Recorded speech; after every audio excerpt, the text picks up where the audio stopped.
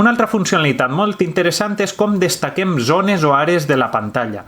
Per exemple, una informació que ens interessa destacar per damunt de la resta o un lloc en què la persona que veu el vídeo s'ha de fixar en concret. Per exemple, així vull que vos fixeu en esta zona. Si jo projecte el vídeo així, evidentment no vos fixareu en particular ahí, però si faig un destacat, sí. Des d'este punt del vídeo sempre localitze inici. En este punt jo vull que la vostra atenció vagi directament a este quadre. Com ho faig?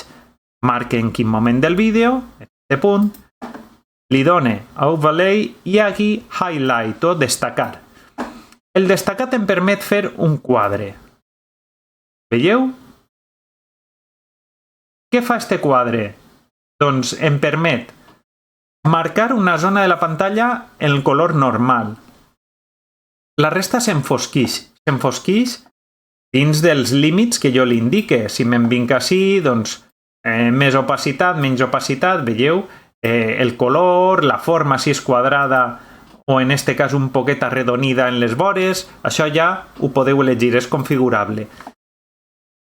I després, molt important, l'animació inicial i l'animació final. Si jo ho faig, mireu, sense animació inicial i i amb animació final, bé, no farà una introducció progressiva de l'efecte a l'inici, però sí que abandonarà l'efecte d'una manera progressiva, perquè vegeu la diferència. Jo ara me'n vinc així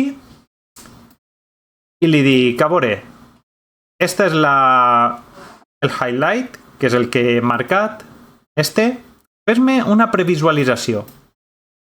Mireu, de moment entra de manera brusca, però se'n va de manera més escalonada. Aleshores, si m'interessara fer un canvi, doncs podria vindre així i marcar el tipus fade. I ara veureu la diferència, novament, una previsualització, veieu? Ha sigut més lleuger. Compte perquè la previsualització afecta un moment, en aquest cas, en què encara no apareix el quadre. Doncs com ho faig?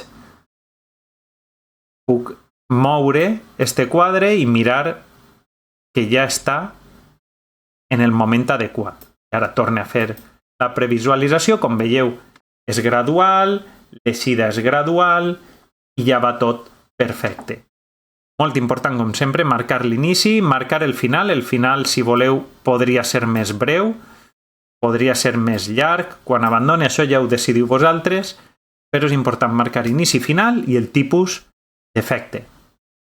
Donem OK i ja queda integrat. Si a més volem fer un poquet més espectacular encara, heu de saber que podem afegir un zoom. Vindré així i igual que faig este destacat, li aplique un zoom i li dic com acabarà sent de gran este quadre i on se situarà. El faré més gran del que és normalment i ho faré així. Aleshores, ara es combinarà este destacat i, a més, un augment de la grandària. Ara veureu. Faig clic en Preview. Veieu? Augmenta, disminueix i és una manera més cridanera encara de focalitzar l'atenció.